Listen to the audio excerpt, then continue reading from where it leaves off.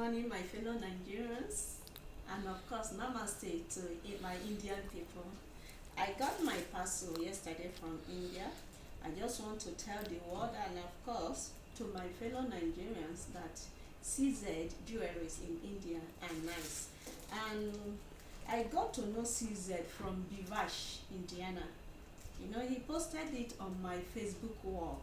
I was like, wow, these are good stuff. So I now chat with him.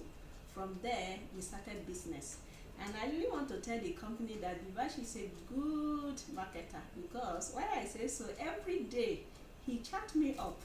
He will be like, madam, when are you going to come patronize our company? So I just gave him benefit of doubt that one day I shall patronize your company.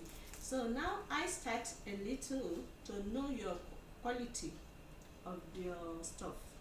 Now I promise the company that next time it's going to be in a big way, and I promise that. So keep it up, and I like your stuff. So good luck to me to sell this fast and go come back to you. So good luck to everybody. Bye.